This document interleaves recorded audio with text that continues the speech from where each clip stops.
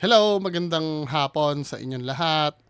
So meron tayong papanoorin na video dito na nagva-viral. Ito yung kinamay lahat ng siopaw dun sa ano. Nakikita ko yung mga screenshot nito pero salamat kay Ma'am Nimpa Bartolome, yung ating matagal na kaibigan na ano. Finorward sa akin to. Malamig na hotdog yan. Malamig. Hindi pa na siya pwede. Hotdog na lang. Hotdog ba? Mainit Ay, din. kinamay. Wala naman tinapay. Walang tinapay, be. Wait. Walang tinapay. Malamig din talaga yan. Malamig yung hotdog. Hindi kasi ganyan. Wala din. Kumakain ng tinapay lang. Hindi. That's yun, no?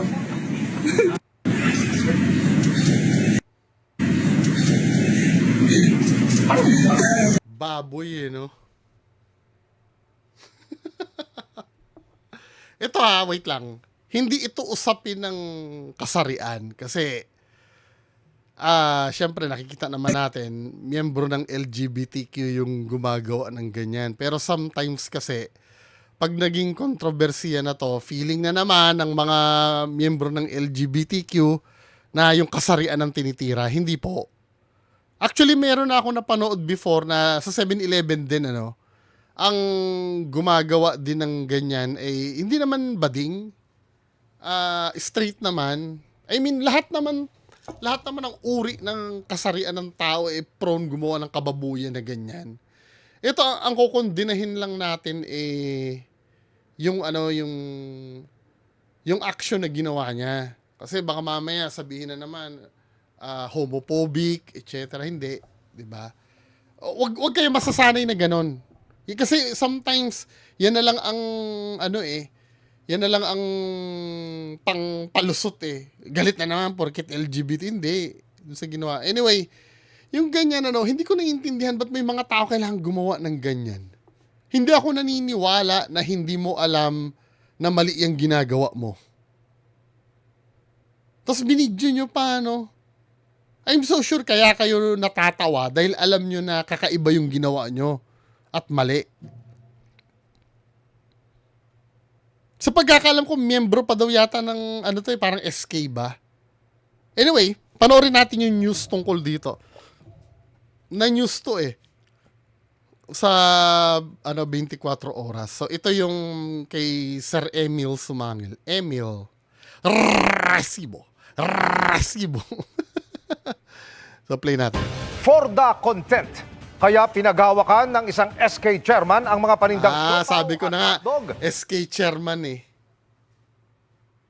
Alam mo, sa totoo lang, nakadagdag ng gravity ng ginawa niya yung pagiging SK chairman niya. Diba? Kasi pagka may position ka kasi ma'am or sir, dapat yun alagaan mo yung posisyon na yun dahil nakakahiya. Pag nasangkot ka sa mga ganitong bagay. Diba? Supposed to be, ikaw yung gagawin model dyan, diba? Kasi binoto ka ng mga tao. Kaya ka binoto ng mga tao. Ibig sabihin, may nakitang maganda doon sa layunin mo. Pero sa totoo lang, pabor pa ba ka na magkaroon ng SK? Ano ba nagtutulong ng SK? nung high school ako, may mga kaklase ako, shout out Doming. sila Darwin. SK ka ba, Sir Darwin? Sorry. Na-mention ko tuloy. SK ba kayo? Kasi ang alam ko, hindi yata ikaw Sir Darwin, hindi ka SK. Hindi kasi ang sa pagkakaalam ko, ang ginagawa ng SK, magtayo lang ng basketball court sa sa daan. I don't know, may deeper meaning ba yung position na yon? Na SK chairman ka at kasi sa totoo lang wala pa akong ewan ko kung hindi lang ako aware. Wala pa akong nakitang groundbreaking na ginagawa ng SK sa barangay.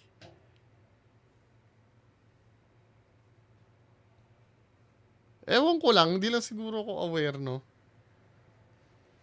Ano ba talagang, ano? Kasi ang pagkakalam ko lang sa SK na yun, training grounds ng corruption, eh. Tatakbo naman siguro ng walang SK.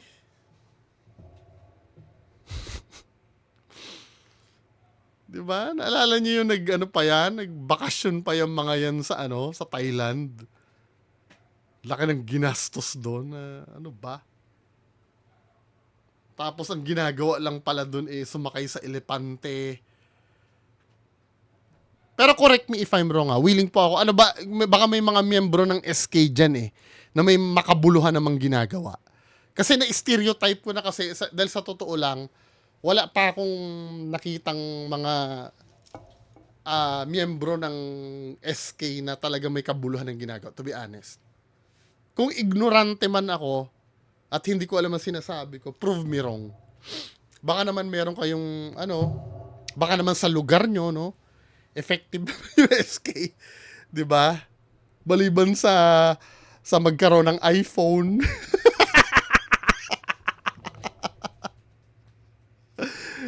Diba?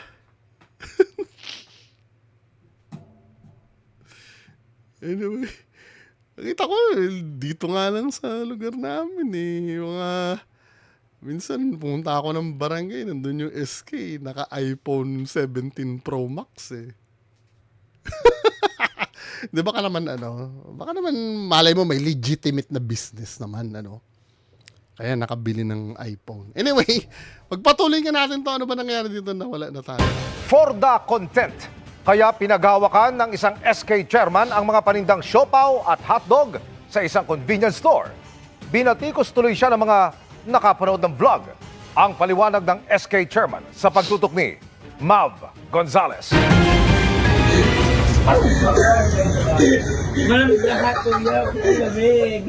Viral sa social media ang video ng customer na ito na hinawakan ang mga panindang siopaw ng isang convenience store. Malamig. Hindi pala siya pwede. Hotdog na Hindi lang. pa nakontento at sunod namang pinuntahan ang shelf ng mga hotdog. Hotdog na lang. Mainit din. Wala naman tinapay. Hinawakan din niya ang mga nakadisplay na hotdog. Malamig na hotdog. Parang tanga, no? Hindi kasi ganyan. Wala din. Kung wala tinapay lang. Hindi. Komento ng netizens, banta sa kalusugan ang ginawa niya. Kababuyan talaga to. Ano kung may customer na nagkasakit? Ang nasa viral na video, kinilala Hindi naman namin alam kung saan ang galing yung kamay mo. Malay lang ba namin kung galing sa kung saan yan, di ba? Galing ka CR, tapos biglang ginawa mo yan. bilang si Mark Adrian Napiza, isang Nako. sangguniang kabataan chairman sa Santa Cruz, Laguna. Sa kanyang Facebook account, inamin ni Unang-una po, inaangkin ko na ang aking naging kilos sa nasabing video ay hindi tama at hindi po nararapat. Kahit na ito po ay ginawa ko lamang bilang biro na parte ng aking video content. Kasama ng aking kaibigan at walang anumang hangad na masamang intention. Ulul! 'Di ba? Anong walang hangad na masamang intention? Hindi, wait lang. I-reverse natin yung tanong. Anong magandang intention mo diyan? Diyan sa video na yan na hinipo mo lahat yan. Kapawat hinipo mo. Anong magandang niyan? Yan ang sinasabi ko eh. Alam mo, sometimes nagiging bobo na ang Pilipino pagdating sa word na content eh. Kapag sinabing content kasi, kahit pa paano, yung meron tayong mapapala dapat. Anong mapapala natin dyan? Kahit nga siguro nakakatawa, hindi nakakatawa yung ginawa nyo eh. Pwede pa yung halimbawa, yung nag-prank ka dyan, matatawa yung nanonood eh. Pag pinrank sa magandang paraan eh. 'Di ba? May mahihita tayo ligaya dun eh. Dito sa video nyo, ano mapapala natin pagka ginawa nyo yan? Wala. Ano yung sinasabi nyo walang hangad na masamang... Ano magandang intention yan? Wala. Bullshit. Pisa na hindi tama ang That is ikinutos niya sa bullshit. video. Na ani ay biro lang bilang video content kasama ng mga kaibigan. Biro. Alam niya aniyang hindi ito tamang Hindi po ito tamang asa lalo't higit bilang isang halal na sangguniang kabataan. Mukhang mukhang tinuruan to na ng kapitan nila na gumawa ng pahayag. Kasi nag-viral. Naunawaan ko na hindi po ito tamang asal, lalo't higit na isang halal na sangguniang kabataan. Chairman sa aming barangay. Alam ko po na may mas mataas na inaasahang pamantayan ng pag-uugali sa akin bilang isang lingkod. Alam mo pala, bakit mo nga ginawa? Parang ganito, no? Sinuntok mo sa mukha yung teacher mo. 'Di ba? Tapos sasabihin mo, alam ko pong masama ang aking ginawa.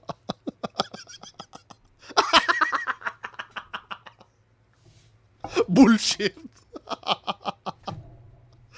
Ay, naku, Diyos ko. Ay, mga kababayan, ano ba nangyari sa Pilipinas? asal, lalo't halal na SK chairman siya. Sabi pa niya, binili niya lahat ng nahawakan niyang pagkain. Humingi rin umano siya ng paumanhin sa pamunuan ng convenience store dahil sa abalang idinulot niya at sa paggawa ng content ng walang pahintulot. Nangako rin si Pisa na makikipag-ugnayan Hindi, actually, public place naman yan eh. 'Di ba? Well, pwede ka pa rin naman pigi, pero kung hindi ganyang kababoy siguro yung ginawa nyo, hindi na big deal yung paggawa ng content eh. 'Di ba? May nakikita naman ako mga videos na ginagawa din dyan sa convenience store na feeling ko hindi naman nagpaalam. 'Di ba? Wag mo lang bababuyin siguro yung lugar. I think hindi ka naman babawalan dahil I'm so sure nakita ka naman siguro nung iba dyan na ganyan ginagawa, wala mong pumigil sa'yo, 'di ba? Or kung halimbawa, hindi napansin na nag-video ka dyan at maganda naman yung ginawa mo, no? Halimbawa, nag-video ka dyan, sasabihin mo lang dyan, ano kaya ang bibilhin kong drinks? Bibili ba ako ng Gatorade? Or bibili ako ng Coke? Ay, Coke na lang ang bibilhin ko. Tapos pinunch mo dun sa cashier. Wala namang harm na ginawa. Hindi naman siguro big deal yung kailangan ka pa ng permiso. Pero kung halimbawa yung ganyang ginawa mo, walang bearing yung paghingi ng permiso. Wag yun na ihingi ng tawad mo. Hingi ng tawad mo yung kabullshit na ginawa mo dito. Kaugnay po sa sulat na ibaba at natanggap ko mula sa Pangulo ng Sangguniang Kabataan. Federasyon na binigyan pansin ng kagawaran ng interior at pamahalaang lokal ng aming bayan. Asahan niyo po na ako ay makipag-ugnayan sa lalong madaling panahon. Inaako ko po ang buong pananagutan sa aking naging pagkakamali. Naiintindihan ko na bilang isang kabataang leader ang aking mga kilos, maging sa personal man o opisyal na pagkakataon ay may kasamang responsibilidad at maaring makaapekto sa tiwala ng publiko. sa Sangguniang Kabataan Federasyon at DILG at handang tanggapin ang anumang nararapat na hakbang o gabay mula sa kinauukulan. Hindi ito ang unang pagkakataon na may influencer o content creator na nakaabala sa publiko o gumawa Yan ng yung delikado kuhol, ano? for the content. Yung kuhol. Tila marami pa rin hindi sumusunod sa inilatag na Code of Ethics and Standards ng grupong Creator and Influencer Council of the Philippines. Ang kasi dyan, men, wala kasing nasasampulan. 'Di ba? Ano lang yan, palamuti lang naman kasi yung nyo dyan, yung council nyo. Walang nasasampul. I'm so sure pag may nagsumbong sa inyo, hindi nyo naman papansinin eh. Hindi, ganito. Try ko nga, isumbong ko si FLM. Mura ng mura sa vlog, di ba? Binubuo ng mga content creator at influencer. Kabilang dito ang pagkakaroon ng integridad at ang palaging pagsunod sa tamang asal at ugali. Para sa GMA Integrated News, Mav Gonzalez, nakatutok. Wala eh. Hindi, feeling ko, kaya naman nag-sorry yan dahil nahuli siya, Diba? Hindi dahil, sa kanya na yun, at least yung nangyari na yung lesson yan, diba? Na hindi na maulit. Anyway, mga kababayan ko, yan lang naman pong pag-uusapan natin. Magandang hapon sa inyo lahat. Bye-bye.